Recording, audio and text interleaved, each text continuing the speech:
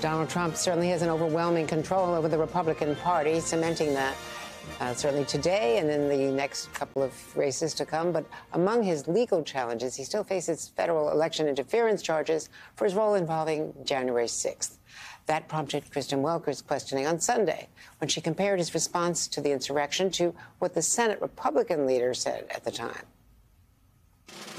Yes or no, is he practically and morally responsible, as Mitch McConnell We're going to says? Find out. But do you think he is? What do you think? You're running I think for he should president. have said something earlier. I think he should have stopped it when it started. Is that I a think yes? He should have. It's what I'm saying. I am telling you, having the rally was not a crime.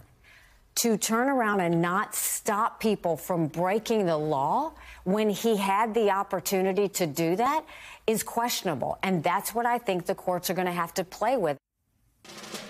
And joining me now is Meet the Press moderator Kristen Welker. Kristen, that was such a great interview. And you pressed her also on whether she would be, if she does drop out, if he does get the nomination nailed, whether she would be endorsing him because she made that promise to get on the debate stage that she would support whoever's the Republican nominee. And she wouldn't say that. It's the first time she's indicated hesitance about that. What is your best guess, best informed guess about what she might do, whether she would endorse Donald Trump if she does end her campaign in the next, tonight or in the next couple of weeks? Well, Andrea, and thank you for that. It was a striking moment because she was among the Republican candidates who signed on to the RNC pledge that they would support the eventual nominee, and she backed away from that pledge for the very first time. So she really opened the door to the fact that she might not endorse him, Andrea, and we have all seen her really step up her attacks against him. And look, she has really cast this as a fight for the Republican Party. The fact that, as she argues, Donald Trump is an isolationist. The fact that his language, as she argues, you can't bring your kids to his rallies and so on and so forth. And, of course, January 6th as well, which you just heard her talking about there. What's notable is, what does that say about a potential third party run? She ruled that out with me on Sunday. I know you were just talking about that.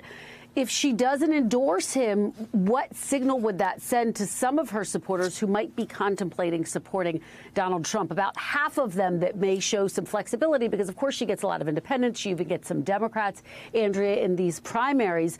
But it is a significant question. We'll have to see. We'll have to see what happens tonight, whether she has a strong showing tonight and how much longer she stays in this race, Andrea.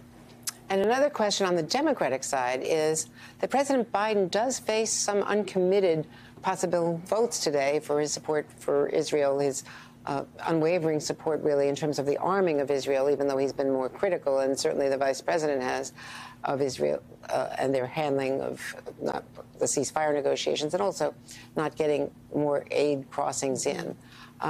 Nearly half the Super Tuesday states have uncommitted or a write-in option after that strong protest vote in Michigan of 100,000 votes. Do you think there is the possibility of that as well today?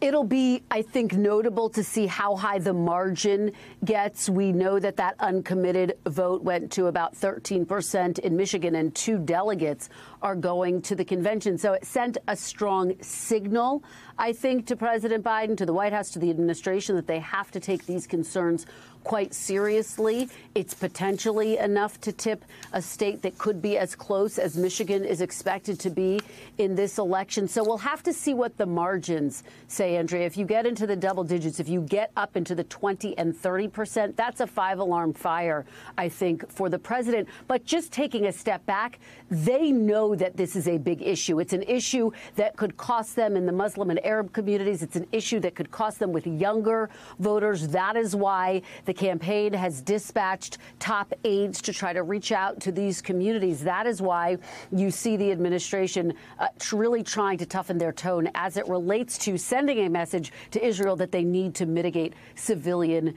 deaths. So we will have to see how it plays out tonight. It'll be another data point about how serious this could be in November.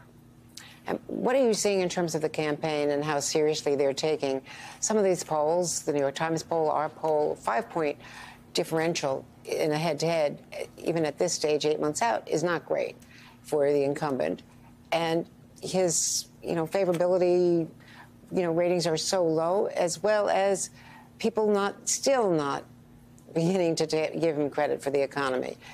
You know, consumer confidence beginning to inch up, but it still doesn't feel right to people, even though the economy is markedly better and the strongest recovery, you know, globally is right here in the U.S.